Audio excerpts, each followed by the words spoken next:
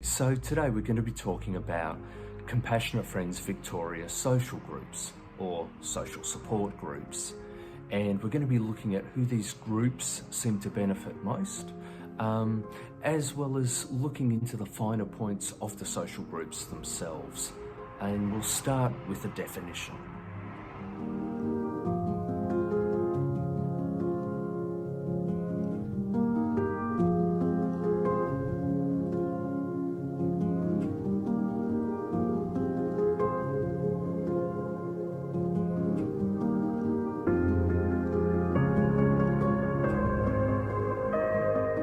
What we find in metropolitan TCFV social groups is that people who seek out social groups are often those who have attended a formal group for a number of years, and they've really expressed and explored their grief issues in these formal groups.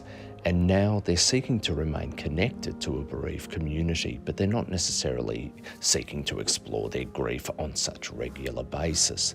They want to mix with a bereaved community, but not always talk about the grief and bereavement experience.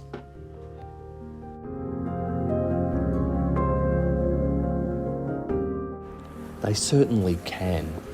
Just that experience of socialising with a group of bereaved people can help them feel a sense of connection and social competence.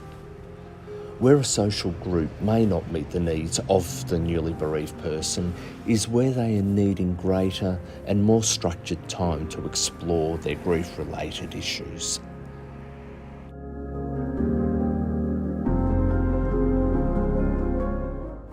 In terms of social groups in regional areas, sometimes these can be the sole peer support option, and so, in a way, that social group has to meet a greater range of needs.